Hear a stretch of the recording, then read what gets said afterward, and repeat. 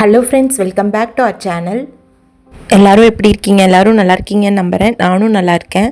இன்றைக்கி எப்பவும் போல் ஒரு ஒன் டே விலாக் தான் பார்க்க போகிறோம். லாஸ்ட்டு சண்டே எடுத்த வீடியோ தான் இப்போ உங்கள் கூட ஷேர் பண்ண போகிறேன். என்னோடய சேனல் இன்னும் யாராவது சப்ஸ்கிரைப் பண்ணாமல் இருந்தீங்கன்னா மறக்காமல் சப்ஸ்கிரைப் பண்ணிக்கோங்க. வாங்க வீடியோக்குள்ளே போகலாம். கிழக்கு தேன் சிட்டு செம்பருத்தி பூ முட்டு செல்லம் கொஞ்சதே தாளா. அன்றைக்கி மார்னிங் எப்பவும் போல் நேரமே எழுந்திரிச்சாச்சு. 4:45 எழுந்திரிச்சு 5 மணிக்கு வாக்கிங் கிளம்பி போயிட்டோம். காலையில் இந்த சீனெல்லாம் பார்க்குறக்கே ரொம்ப அழகாக இருக்கும். நிலா அப்படியே கொஞ்சம் கொஞ்சமாக மறைய தொடங்கும். குருவிங்கள்லாம் இற தேடுறதுக்காக பறந்து போகுங்க.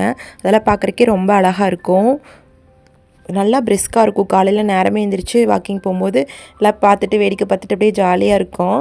அன்றைக்கி சண்டேனால ஸ்கூல்ஸ் எல்லாம் லீவு. அதனால ஒரு ஃப்ரெண்டு வீட்டுக்கு போயிட்டு இஞ்சி டீ குடிச்சிட்டு மெதுவாக ஜாலியாக தான் கிளம்பி வந்தோம். சண்டேனாலே அது ஒரு டென்ஷன் இல்லாமல் ரிலாக்ஸாக இருக்கும். நேரமே சமைக்கணுங்கிற டென்ஷன் இருக்காது. ஃப்ரெண்டு வீட்டுக்கெல்லாம் போயிட்டு 7 மணிக்கு தான் வீட்டுக்கு வந்தேன். அன்றைக்கி காட்டில் முள்ளங்கி விதை நட்டுற வேலை இருந்தது.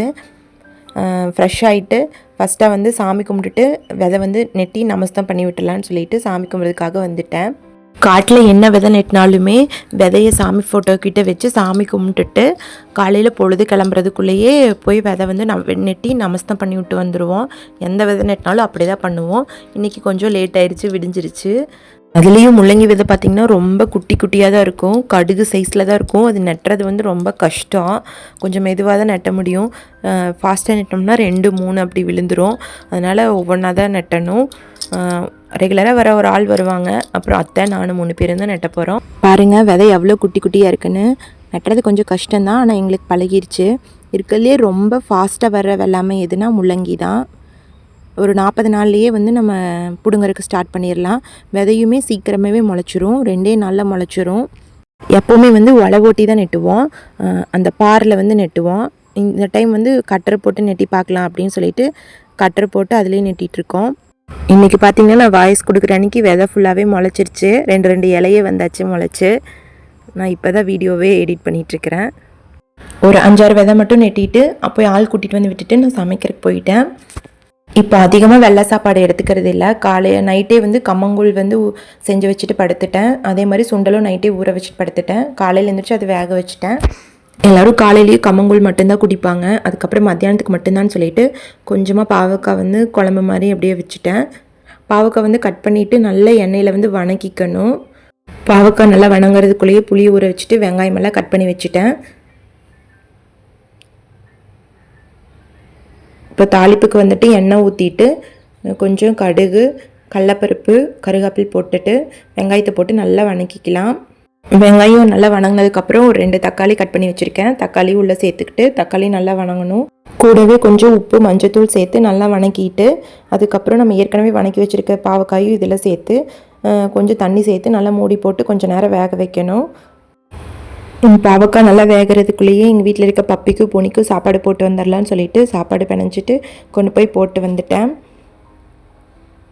வீட்டில் இருக்க கிச்சன் வேலையை விட இந்த பப்பிக்கும் பூனைக்கும் சாப்பாடு காலையிலையும் நைட்டும் போடுறது தான் எனக்கு ஒரு பெரிய வேலையாக இருக்குது.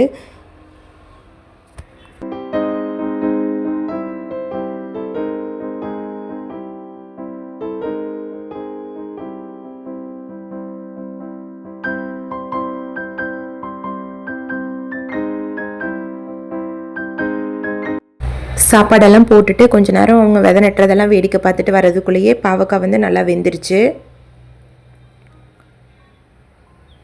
பாவக்காய் நல்லா வெந்ததுக்கப்புறமா புளி தண்ணி ஆட் பண்ணிவிட்டு கொஞ்சமாக நம்மளுக்கு வேணுங்கிற அளவு மிளகாத்தூள் ஆட் பண்ணிவிட்டு அதையும் கொஞ்சம் நேரம் மூடி போட்டு நல்லா கொதிக்க வைக்கணும். புளி தண்ணி சேர்க்கறது மட்டும் வீடியோ எடுக்காமல் விட்டுட்டேன். நல்லா அதுவும் நல்லா கொதிச்சதுக்கப்புறமா தேங்காய் பூ சேர்த்து இறக்கி வச்சு அவ்வளோதான் குழம்பு ரெடி. இது நல்லாவே டேஸ்ட்டாக இருக்கும். கொஞ்சம் கரும்பு சர்க்கரையும் சேர்த்துக்கணும். அப்போ தான் அந்த கசப்பு கொஞ்சம் இல்லாமல் இருக்கும். 1 ஸ்பூன் கரும்பு சர்க்கரை போட்டுக்கலாம். நிறைய சாப்பாட்டுக்கு கொஞ்சம் குழம்பு ஊற்றி சாப்பிட்டாலே போதும், அவ்வளோ நல்லாயிருக்கும். நீங்களும் ட்ரை பண்ணி பாருங்கள். குழம்பு ரெடியானதுக்கப்புறம் ஒரு பாத்திரத்தில் மாற்றிட்டு எல்லாம் எடுத்து வச்சுட்டு கழுவுறதெல்லாம் எடுத்து சிங்கில் போட்டுட்டு விதை நட்டுறதுக்காக கிளம்பிட்டேன். ஏன்னா வெயில் வந்துட்டால் சுத்தமாக விதை நட்ட முடியாது, காட்டுக்குள்ளே நிற்கவே முடியாது. கழுவுறது கூட மதியானம் எல்லாம் கழுவிக்கலாம் அப்படின்னு சொல்லிட்டு எல்லாத்தையும் சிங்கில் போட்டுட்டு கிளம்பிட்டேன்.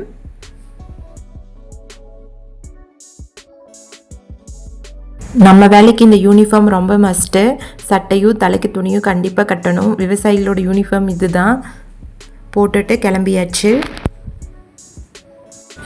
இந்த வேலையெல்லாம் எவ்வளோ கஷ்டமாக இருந்தாலும் இதுதான் நிம்மதியாக இருக்குது. இதுதாங்க சொர்க்கம். நானும் வேறு வேலைக்கெல்லாம் போயிருக்கேன். இருந்தாலும் எனக்கு இதுதான் பிடிச்சிருக்கு. எந்த இதுவும் இருக்காது, எந்த டென்ஷனும் இருக்காது, யாருக்கும் பயந்துக்க வேண்டியதில்லை. நம்ம வேலை நம்ம பாட்டுக்கு நம்ம இஷ்டத்துக்கு செய்யலாம், நம்மளோட டேஸ்ட்டுக்கு செய்யலாம், எந்த பிரச்சனையுமே இல்லை. ஒரு வேலை இன்றைக்கி செஞ்சிட்ருக்கோம், ஆனால் திடீர்னு நம்மளுக்கு வேறு ஏதாவது எங்கேயாவது வெளியே போகணும் அந்த மாதிரி ஒர்க் வந்தால் கூட நாளைக்கு போய் செஞ்சுக்கலாம். ஒன்றுமே பிரச்சனையே இல்லை. யாருமே நம்மளை கேள்வியே கேட்க போகிறதில்ல. வேறு எந்த வேலையிலையுமே இந்த மாதிரி ஒரு இது இருக்காது. எனக்கு இந்த லைஃப் தான் ரொம்ப பீஸ்ஃபுல்லாக இருக்குது. எந்த ஸ்ட்ரெஸ்ஸுமே இருக்காது, நல்லாயிருக்கும். அதுவும் இவ்வளோ கஷ்டப்பட்டு நம்ம விதை நட்டும் போது 2 நாள் கழித்து அந்த விதை எல்லாம் முளைச்சிருச்சா அப்படின்னு போய் பார்க்கும்போது எல்லாம் விதையெல்லாம் முளைச்சிருக்கும் போது அதில் இருக்கிற ஹாப்பினஸ்ஸே வேறு சூப்பராக இருக்கும். இது விதையெல்லாம் நெட்டி முடிச்சுட்டு ஈவினிங் தண்ணி விட்டுற வீடியோ. ஸ்ப்ரிங்க்லரில் தான் முள்ளங்கிக்கு தண்ணி பாய்ப்போம். ஸ்ப்ரிங்க்லரில் விடும்போது தண்ணி அதிகமாக வேஸ்ட் ஆகாது. விதையெல்லாம் நல்லா ஈவனாக முளைச்சிக்கும். 2 நாள் கழித்து விதையெல்லாம் முளைச்ச வீடியோவும் உங்கள் கூட ஷேர் பண்ணுறேன். இது விதை நெட்டி 3 நாள் கழித்து எடுத்த வீடியோ. விதையெல்லாம் பாருங்கள் எவ்வளோ அழகாக முளைச்சிருக்குன்னு. இந்த செடியோட இலை பார்த்திங்கன்னா முளைக்கும் போது முளைச்ச 2 நாள் ஹார்ட்டின் ஷேப்லேயே இருக்கும். பார்க்குறக்கே ரொம்ப அழகாக இருக்கும். பாருங்கள் எவ்வளோ அழகாக முளைச்சிருக்குன்னு. ஒவ்வொன்று ஏதோ தப்பி தவிர 3 விதை அந்த மாதிரி முளைச்சிருக்கும். மற்றது எல்லாமே ஒவ்வொன்றா தான் போட்டிருக்கோம். இந்த வீடியோ பார்க்குற உங்களுக்கும் நான் ஃபீல் பண்ண ஹாப்பினஸ், பீஸ் எல்லாமே கிடச்சிருக்குன்னு நினைக்கிறேன். இதே மாதிரி வீடியோஸ் தொடர்ந்து வேணும்னா மறக்காமல் என்னோடய சேனலை சப்ஸ்கிரைப் பண்ணிக்கோங்க. மறுபடியும் இன்னொரு விலாகில் பார்க்கலாம். தேங்க்யூ ஃபார் வாட்சிங்.